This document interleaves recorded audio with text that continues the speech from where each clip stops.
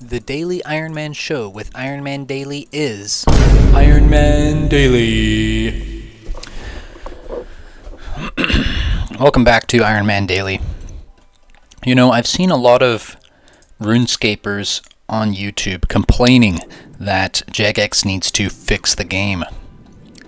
And this brings up an interesting point about no changes, where you might ask yourself, or you might ask me, hey, Ironman Daily, why do you believe in no changes when there's so many simple bugs in the game that could be fixed, and it wouldn't really add new content to the game in a way that estranges old school players, right? This is the big problem with changes in the first place. When you keep adding new content to the game, old school players become estranged from the game and they no longer understand what it is.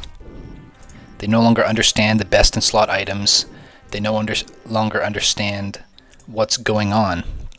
And so the whole idea of having new content in old school RuneScape is completely moronic. Like, the old school game should be preserved as old school RuneScape. It should be eternal. It shouldn't be some ever-changing version of RuneScape that becomes eventually unrecognizable. This was the whole reason why they released Old School in the first place, because RuneScape 3 had become so unrecognizable. And of course, a big part of it was Evolution of Combat, that one update, but as a general principle, Jagex should respect the old school game and stop making changes. And so I get a lot of counter-arguments about this. They say, Ironman Daily, you're playing on an Ironman account. That's a change, isn't it? Yes, but you know what else is a change is the Grand Exchange. The Grand Exchange was added to the game, and if the Grand Exchange were never added to the game, I would not be playing on an Ironman account. So my entire existence is in defiance of changes in the first place. And I don't think Jagex is ever going to remove the Grand Exchange from the game. But if they do, then I'm not going to be playing Ironman anymore. I'll have a regular account, just like old times.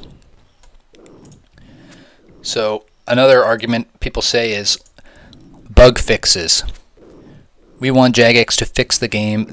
There was a great example I saw on a YouTube short of a guy who was at Theater of Blood, and he was clicking on the boss, but his click went right through the boss, and he clicked on one of the minions on the opposite side of the boss. And this was a problem because that's a bad hitbox, right? The Jagex should update the hitboxes so that they make more sense and these sorts of goofy little mistakes don't happen.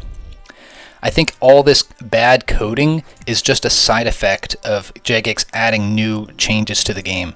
And if they didn't add so many new changes and new content, the players would get used to the hitboxes where they are, and we wouldn't have so much confusion around where to click. So it's not so much a need to fix the bugs, it's a need for the players to understand where the bugs are and how to play around them. And I know this might be a tough pill to swallow. You can look at like StarCraft Brood War compared to StarCraft 2. StarCraft 2 made a lot of quality of life fixes to the game, but Brood War players have their own sort of gameplay style that fits in perfectly with the old school mechanics in StarCraft Brood War. And that's the type of thing that we need to develop in old school RuneScape. And there can be a culture around making new accounts. Once you max out your account, we don't have to keep creating new content for all of these players with ancient accounts and thousands of hours into their accounts. No, just make a new account if you really want to keep playing so bad. We need to add a prestige feature, right? But in principle, I'm against no changes. There are some changes that are worse than others. Obviously, I think new content is the worst of all. Adding new areas, new regions, new quests, all of that stuff is just the worst. New skills. I'm not happy about sailing. But of course, bug fixes, that's not nearly as bad. And the one change, of course, that aside from removing the Grand Exchange, the one change that I would be interested in having on an ongoing basis that I don't really feel contradicts with the principle of no changes is to change the security regulations so that we can remove hackers from the game, so that we can regulate the botting and, counter hacking, all of that stuff. That I don't really feel counts as an actual change to the game, because it's more changing the infrastructure around the game than the game itself. So those are some of my thoughts on no changes. And some of the counter arguments to the rebuttals I get when people say that no changes is a foolish idea. No, that no changes is so inherent to the culture of old school RuneScape, and I wish that Jagex would respect that the old school game should be preserved, should not be changed, and that's all. So thanks for watching this episode. As you can see, I'm here at the Moss Giants, stacking up a whole bunch of beginner clues. I'll probably go and run these clues pretty soon. I've got 10 of them now. I'm getting a clue scroll about once every inventory. I'm getting a lot of seeds from these guys, of course. I'm up to 15 Mossy Keys, which is huge. So next episode, I will run Bryophyta and hopefully get something very lucky. But first I gotta go do all these boring beginner clues. And then after Bryophyte is done, I'll have to do more beginner clues. And I might do something else, because I'm not going to keep playing here. I'm going to go do something else after I finish recording this episode. So the very next episode of Ironman Daily might be something else. It might not be Bryophyta, but you can know that that's something coming up soon, because I don't want to stack up too many Mossy Keys, because if I get the Bryophytus Essence on the 7th key when I have 15 keys, well, then I just wasted those remaining 8 keys. I didn't have to farm those ones. Bryophyta also has, I think it's a 1 in 19 chance, or it could be less, could be more. She has a good chance of dropping a Mossy Key, and so that allows me to extend those runs, which is very nice. Gives me another chance of getting that essence. And that is what I need. I need that staff, man. I need that Bryophytus staff. We need you, Obi-Wan Kenobi, now more than ever. Bryophytus staff is like my Obi-Wan Kenobi. Anyways, that was my ramble about no changes. Jagex, fix the game, fix the game. You can listen to Odablock screaming into the mic, fix the game, yeah. One thing, that would be fine, is fixing PvP. Obviously, I don't want it fixed in the sense that it's completely solved, but I want all these hackers to be blocked. I want all the botters to be banned.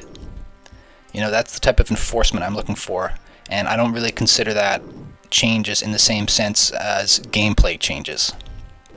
So I'll give a little elbow room over there, and of course I need to make compromises. I'm just a player, I'm not a developer.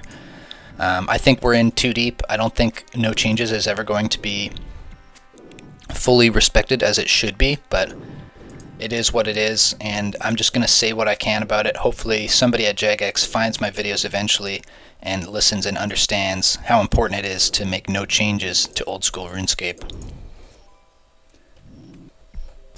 Of course, like this amulet here, this is great. This is another argument you could say, like, not only am I on Ironman, but I'm using all of the new content that's in the game. Yes, but this content has already been released. I don't think Jagex is going to revoke this new content that they've made. All I'm asking is that they stop adding more content to the game. And I'm not doing any of the new quests, so none of that. I'm quest locked. That is the stand I'm making. And this sort of argument, like, how can you say no changes when you play on the changes? That's like talking to somebody who is somebody who hates the capitalist system yet still interacts with it because they need to survive. Like, this is just the game as it is. This is the changes that we've got, so this is what we play with, but that doesn't mean that they should continue adding changes, right? It doesn't affect the principle of no changes. The game, once you create a change, like, that's it. Like, it's in the game now, so this is old school RuneScape. And now, 10 years from now, I hope it's exactly the same. I hope they don't add anything else to the game. Anyways, I will pick up this beginner clue and wrap this up. I've gotten a ton of charges into my necklace. Just a few more of these bad boys to go, all the way down to 19 health. These guys attack with melee, so I don't know why I'm wearing black D-hide. I probably should have worn some kind of tank armor. Oh, a mossy key, right near the end. How lucky am I? Some of these big bones I'll keep in the bank, because you never know what you might need them for. There it is, folks. 10 beginner clues at Moss Giants. I think I got a good number of mossy keys. I think I got 7. I had 9 before. And I got a long bone, so that's cool.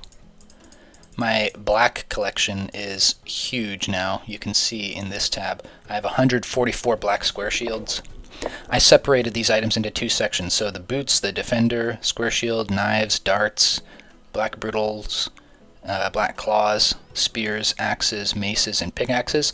All of these items cannot be bought in a store from an NPC, nor do they have any ground drops. They're only available from monster kills or clue scrolls.